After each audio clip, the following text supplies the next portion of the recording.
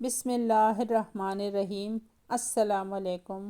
حضرت امام حسین علیہ السلام کا گھوڑا ذوالجناح کوئی عام گھوڑا نہ تھا۔ اسے رسول پاک صلی اللہ علیہ وآلہ وسلم جیسی شخصیت نے لقب خاص عطا فرمایا تھا۔ مورخین کے نزدیک اس کا اصلی نام مرتجز تھا، لیکن اس کی غیر معمولی جسامت اور خدوخال کی وجہ سے رسول کریم صلی اللہ علیہ وآلہ وسلم نے اس کو لقب ذوالجناح دیا۔ بعض مورخین کے مطابق یہ دونوں ذوالجناح اور مرتجز دو الگ الگ گھوڑے تھے، لیکن یہ بات مورخین کے نزدیک بعید از قیاس ہے۔ ذوالجناح جسمانی ساخت کے لحاظ سے دوسرے جانوروں سے مختلف تھا۔ اس کی پیشانی پر ایک خوشنما اور چمکدار ابھار تھا۔ مغربی دیومالائی قصوں میں ایسے گھوڑوں کو یونیکورن کے نام سے پکارا گیا۔ حضرت سلیمان علیہ السلام کے پاس ایسے گھوڑے پائے جاتے تھے جن کے ماتھے پر ایک چمکدار ابھار یا سینگ ہوا کرتا تھا اور ان کے پر ہوتے تھے جو طاقت پرواز بھی رکھتے تھے۔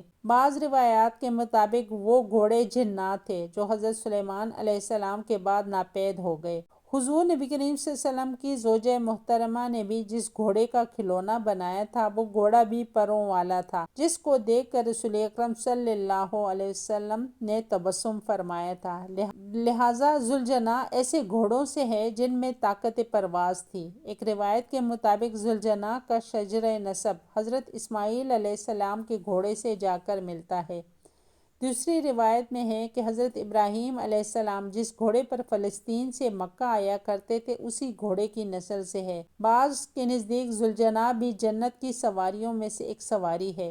ایک روایت ہے کہ ذوالجناح کو رسول اکرم صلی اللہ علیہ وسلم کی خدمت میں تحفے کے طور پر پیش کیا گیا۔ واقعے کے مطابق مصر کے علاقہ اسکندریہ کے بادشاہ مقوس نے رسول کریم صلی اللہ علیہ وسلم کی خدمت میں ایک خاتون سودا بنت زمعہ کو اور ایک بے مثال گھوڑا روانہ کیا تھا۔ رسول کریم صلی اللہ علیہ وآلہ وسلم نے سودا بنت زمعہ کو عقد کے ذریعے داخل حرم کیا اور گھوڑے کو پرورش کے لیے حضرت علی شیر خدا کے سپرد کیا۔ یہاں یہ بات بھی قابل ذکر ہے کہ ایک بادشاہ اپنے وقت کے سب سے با اثر شخصیت کو جو تحفہ پیش کر رہا ہے یقیناً اس میں کوئی خاص بات ہوگی۔ کہا جاتا ہے کہ اسکندریہ کے علاقے جو مصر کے شمال اور بحر روم کے جنوبی کناروں پر واقع ہے، ایک گھوڑا جو آزادانہ پھرتا دیکھا گیا۔ یہ گھوڑا افسانوی کردار کا مالک تھا۔ بہت ہی بہادر اور مہم جو نے اس کو گرفتار کرنے کی کوشش کی مگر ناکام رہے۔ اس طرح اس گھوڑے کا قصہ زبان زد عام ہو گیا۔ بادشاہ مقوقس نے رسول کریم صلی اللہ علیہ وسلم کی خدمت میں بے مثال تحفے بھیجنے کی خاطر اپنے کارندوں کو اس گھوڑے کو پکڑنے کے لیے روانہ کیا۔ بادشاہ کے کارندے اس گھوڑے کو پکڑنے میں کامیاب تو ہو گئے لیکن اس پر سوار ہونے میں ناکامی ہوئی۔ چنانچہ اس گھوڑے کو اسی طرح رسول کریم صلی اللہ علیہ وسلم کی خدمت میں روانہ کیا گیا۔ اسکندریہ سے مدینے تک کی تمام راہ میں اس گھوڑے کو بڑے بہادر افراد قابو میں رکھتے۔ جب اس منہ زور گھوڑے کو رسول کریم صلی اللہ علیہ وسلم کی خدمت میں حاضر کیا گیا انہوں نے اس جانور کو انتہائی پسند فرمایا۔ جب انہوں نے اس کی گردن پر ہاتھ پھیرا تو اس نے خوشی کا اظہار کیا۔ اس کے ساتھ ہی اس کی حضوری اطاعت میں تبدیل ہو گئی۔ رسول کریم صلی اللہ علیہ وسلم نے اسی وقت اس کو ذوالجناح کا لقب عطا فرمایا اور پرورش کے لیے اس کی رسی مولا علی کو دے دی۔ اس طرح یہ ان کے ساتھ ایسے چل پڑا جیسے صدیوں سے منزل کی تلاش میں بھٹکنے والے مسافر کی روح کو منزل پا لینے کے بعد قرار آ گیا ہو۔ نواسۂ رسول حضرت امام حسین جب چھوٹے سے تھے تب سے ہی آپ اس گھوڑے میں دلچسپی لیتے تھے۔ ایک مرتبہ حضرت امام حسین اپنے نانا حضرت محمد صلی اللہ علیہ وسلم کے پاس گئے تو حضور نبی کریم صلی اللہ علیہ وآلہ وسلم اپنے صحابہ کرام کے ساتھ گھوڑے کے پاس ہی کھڑے تھے۔ آقا دو جہاں نے جب اپنے نواسے حضرت امام حسین کو اپنے پاس آتے دیکھا تو بہت ہی خوش ہوئے۔ آپ نے فرمایا، اے میرے پیارے نواسے، کیا آپ گھوڑے پر سواری کرنا چاہتے ہو؟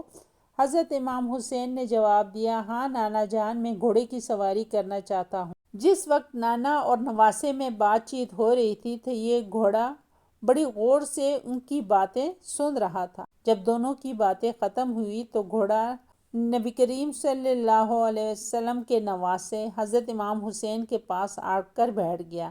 تاکہ حضرت امام حسین گھوڑے پر سوار ہو سکے۔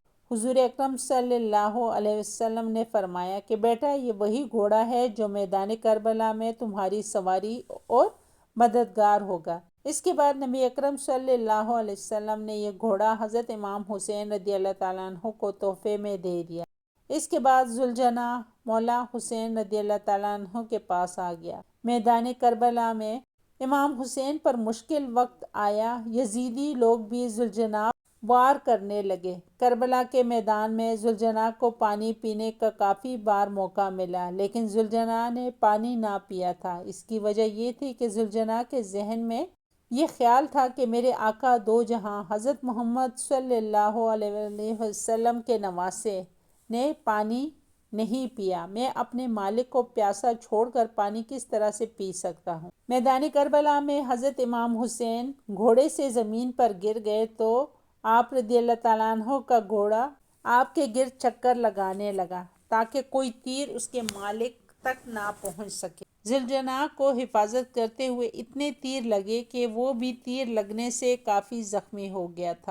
روایت میں آتا ہے کہ مولا حسین رضی اللہ تعالیٰ عنہ کے گھوڑے نے 60 سے زیادہ یزیدیوں کو قتل کر دیا تھا۔ جب بدبختوں نے حضرت امام حسین کو شہید کر دیا تو گھوڑے نے اپنی پیشانی حضرت امام حسین رضی اللہ تعالیٰ عنہ جسم مبارک کے ساتھ لگائی۔ پھر گھوڑے نے اپنے آپ کو حضرت امام حسین کے خون سے تر کیا اور اپنے اگلے پاؤں اٹھا کر زمین پر ایسے مارے کہ سارے میدان میں آواز گونج اٹھی، جس سے سارے یزیدی فوج گھوڑے کی طرف متوجہ ہوئے۔ جب سپہ سالار عمر بن سعد کی نظر گھوڑے پر پڑی تو اس کے دل میں فوراً لالچ آ گیا کہ اس بہترین گھوڑے کو میں رکھوں گا۔ چنانچہ لشکر کو حکم دیا کہ اس گھوڑے کو پکڑ کر میرے پاس لے آؤ۔ جب فوجی ذوالجناح کو پکڑنے کے لیے گئے تو گھوڑے نے بڑی زور زور سے زمین پر پاؤں مارنا شروع کر دیے۔ یزیدی فوجیوں کو اپنے پاس نہ آنے دیا، وہ بھی گھوڑے کو چھوڑ کر بھاگ نکلے۔ یہ دیکھ کر عمر سعد نے کہا کہ گھوڑے کو اپنے حال پر ہی چھوڑ دیا جائے۔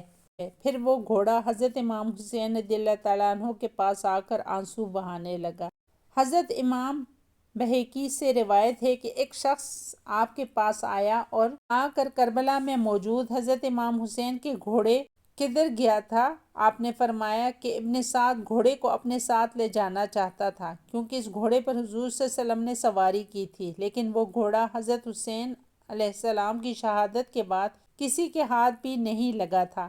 گھوڑے نے اپنے آپ کو نہر فرات کے حوالے کر دیا، کیونکہ وہ ایسا گھوڑا تھا کہ جس پر امام حسین کے بعد کوئی بھی سواری نہ کر سکتا تھا۔